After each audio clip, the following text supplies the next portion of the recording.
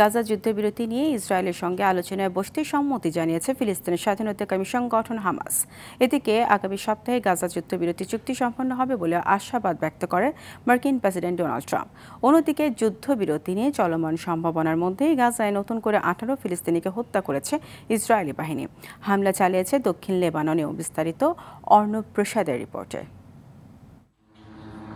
তাহলে কি সমাপ্তি ঘটতে যাচ্ছে গাজায় সংঘটিত ইসরায়েলি চলমান গণহত্যার? সত্যিই কি ক্ষুধার্ত, রুগ্ন, তীব্র অপুষ্টিতে কাতর ও সর্বদা মৃত্যু ভয়ে আতঙ্কিত উপত্যকাটির কয়েক লাখ মানুষ পেতে যাচ্ছে যুদ্ধবিরতির স্বস্তি? যুক্তরাষ্ট্রের মধ্যস্থতায় গাজায় যুদ্ধবিরতি আলোচনা শুরু করতে হামাস প্রস্তুত বলে প্রতিবেদন প্রকাশ করেছে আল জাজিরা, রয়টার্স সহ একাধিক আন্তর্জাতিক গণমাধ্যম। আলোচনায় উপত্যকাটিতে ইসরায়েলি আগ্রাসন বন্ধ ও ত্রাণ সামগ্রী প্রবেশে আরোপিত নিষেধাজ্ঞা তুলে নিতে দাবি জানাবে হামাস।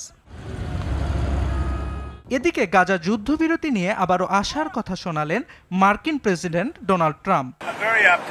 আমি এ ব্যাপারে খুবই আশাবাদী, তবে ইস্যুটির পরিণতি সময়ের সঙ্গে পরিবর্তিত হচ্ছে আর এটি কয়েক বছর ধরে অব্যাহত রয়েছে।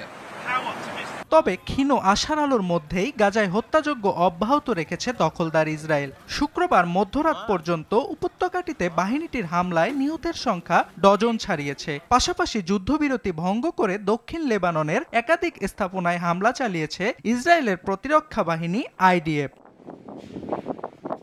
অর্ণব প্রসাদ, RTV।